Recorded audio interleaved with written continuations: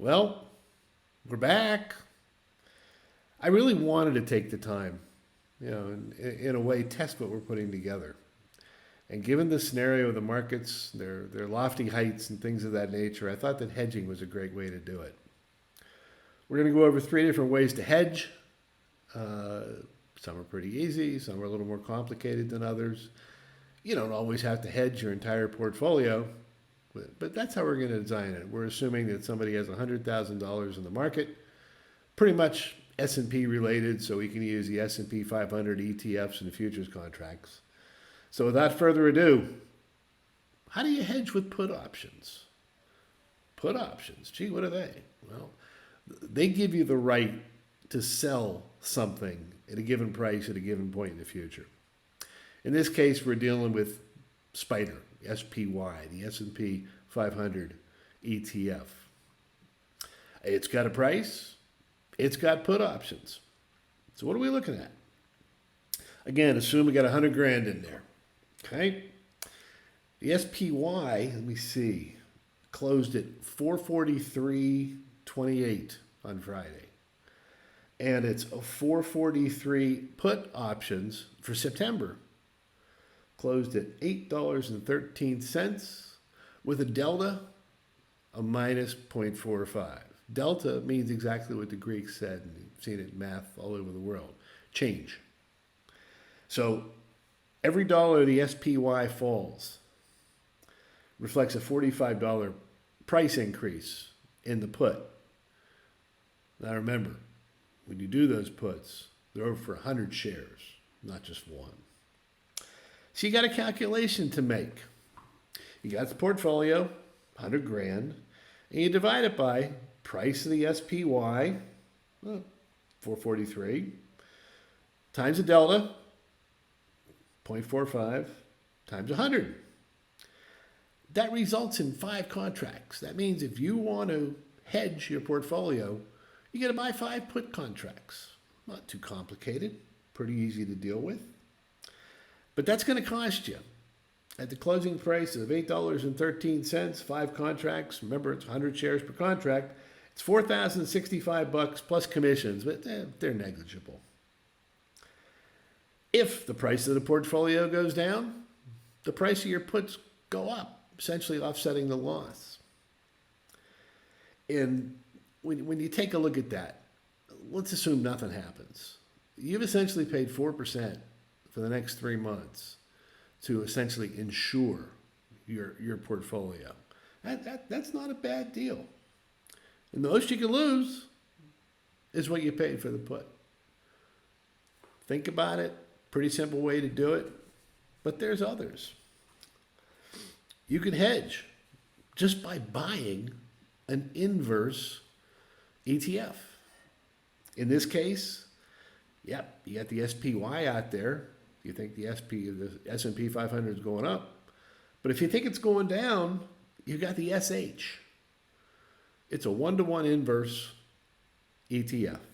So instead of futures contracts or the first example that we did, all you have to do is go in there, take your $100,000, divide it by the price that the SH closed for on Friday, which is $13.88.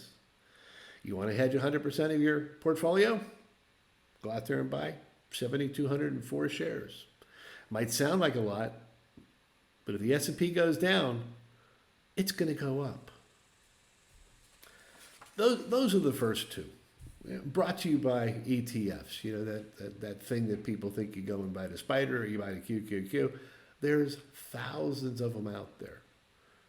We got a course coming up on ETFs as well, but it's better to introduce it here because it's more relevant. I think the market's going down. Hold on to your stocks. Hedge them. Just a way to give you some protection. In my day and age, I grew up with futures. I started by hedging. In '73, my father had a client who owned a bunch of hamburger joints. A couple of McDonald's, Burger Kings, etc. The price of meat, is there a way for me to the price of beef? Go out and buy contracts. How many he needed? It was a good thing because the price of live came. It's not complicated others. Basically, value difference between mini and a micro.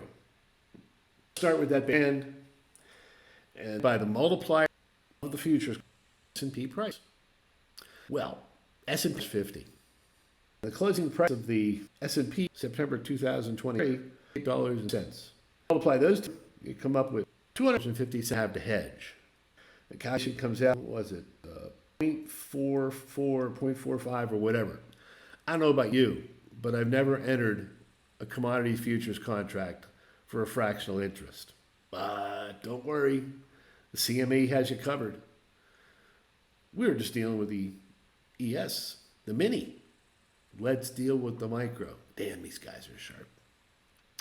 So the micro, instead of a $50 multiple, is a $5 multiple. So you take the $5, you multiply it times 44, 88.25, and you come up with about 22,000.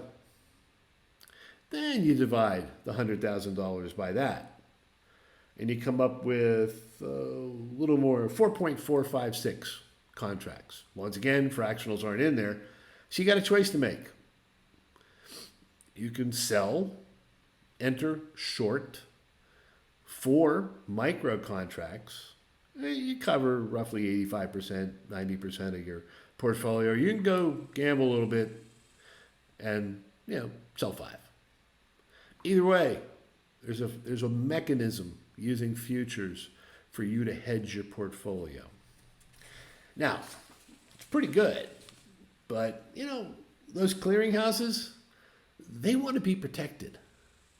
I don't know of any broker-dealers out there that say, hey, you've got $100,000 in stocks. Yeah, we'll cover you. Just put that order in. No, it doesn't happen. So you're going to have to make a deposit into your commodity clearing account before you can enter that trade. In this case, the micro margin and maintenance is $1,125. That's relatively cheap. Given that at the current time, the micro contract is worth, $22,440 some dollars, that's roughly 5% of the total value of the contract. But don't fear, if it goes against you, that clearinghouse is going to ask for more money. They're not your bankers. They'll help you execute trades for a fee. But if it goes against you, got to come up with more money. So to initiate this trade for 5 contracts, you got to come up with $5,625. I suggest putting 10 in the account. Reason? You don't want a margin call, right? Just cover yourself a little bit. It's a better way to trade. And quite frankly, it doesn't have you constantly looking at the screen to say, do I have to send in more money? Is it time to send in more money? Nah. The house is going to make you maintain, quote unquote, that 5% cushion. But as I said, they're not your banker. They're basically there to help you trade. It's full disclosure. I own CME stock. I have for a long time, and I'll probably. It's just one of the best run companies in the world. Companies, Stage 5, Anthony years. That depicts honest, available. Today's write-up on Kevin. Open up. You won't. It's about it. Options, futures, ETF, your ears. There's 24 of them, but that's all right. I know that's my pleasure. Well, have a good week. We'll catch up to you next week. And always, thanks for watching the ticker.